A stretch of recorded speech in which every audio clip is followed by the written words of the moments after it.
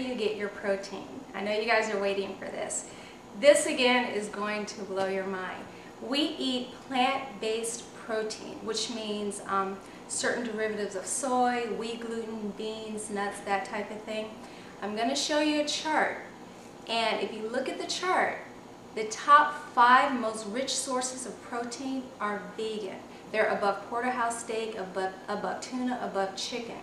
So again, if the animals that we are eating are getting enough nutrients and protein from the plants, why can't we? I say just go straight to the source. So we are not lacking protein whatsoever in our diets.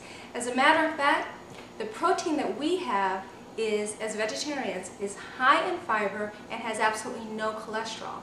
I don't know if you guys knew this, but cholesterol, dietary cholesterol, only comes from animal sources. It does not come from plant sources.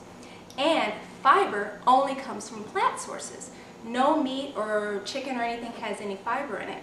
So if you've been told to eat a high fiber, low cholesterol diet, sound familiar to a lot of people who have health issues? Well, guess what? You're not going to get that eating meat. So again, we go straight to a plant source. We're literally probably getting more protein in our diet than you are, but it's from a much purer source. So we've never had an issue with lacking protein at all. Question number 5, do you cook every day? This question is actually funny to me because so many of my friends are like, oh my gosh, if you're a vegetarian, you have to cook every day. I don't have time for that. Well, you know what?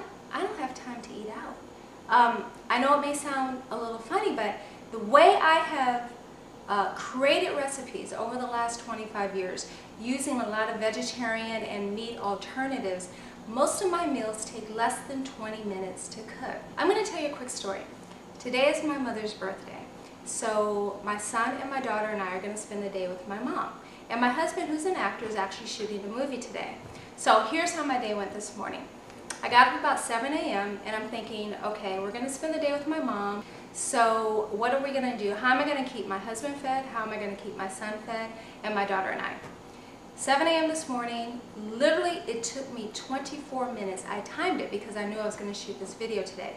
It took me 24 minutes to make 8 crispy chicken-style burgers with a big vegetable plate and also some salads and everything. I packed it all up in Tupperware.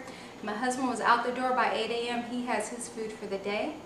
My son and my daughter and I have our food for the day. It took 24 minutes and less than $16 to make entire meals for our entire family for the day.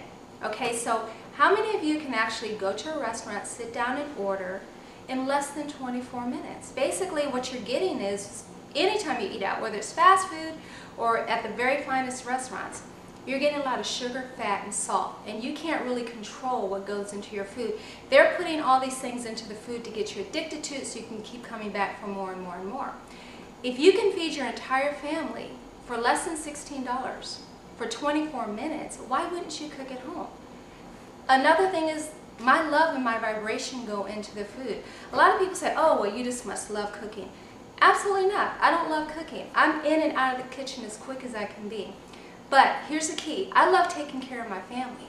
And since everyone has to eat in order to live and to be healthy, what better way can I show my family that I love them and I care about them than to prepare their meals? So it really, to me, it's not a matter of I don't have time to cook. I don't have time to eat out. It takes a lot longer. It's not going to be healthy for my family. And I don't want the vibration of some minimum wage cook who Lord knows what he's going through. I don't want his or her vibration into the food that my family has to eat. I want my love, my attention, I want the control over my ingredients into the food that's going into my family's body. And as a result, they appreciate it. It's just this big cycle of love. So again, a vegetarian lifestyle has forced me to learn how to cook. I did not know how to cook when I met my husband. I couldn't boil water. Once I adopted this lifestyle, I'm like, okay, what do we have now? What am I going to do? So I figured it out over the years. Again, in my cookbook, every single recipe is based upon the way the foods that we love to eat, and they normally take less than 30 minutes, sometimes even 20 minutes to get a full meal on the table. Thank you so much for joining me on this edition of Vegging Out with Martha. I'm going to be doing a lot more of these videos. If you guys have any questions for me at all, or if you want me to demonstrate a recipe anything at all, go ahead and email me or visit my website, fill out a comment card. Let me know what's on your mind. Our purpose is just to share our stories, share what we learned over the years about being vegetarians, and do anything possible that we can do to help people that want to learn more. Thanks again. I'll see you next time. Veging Out with Martha. Bye.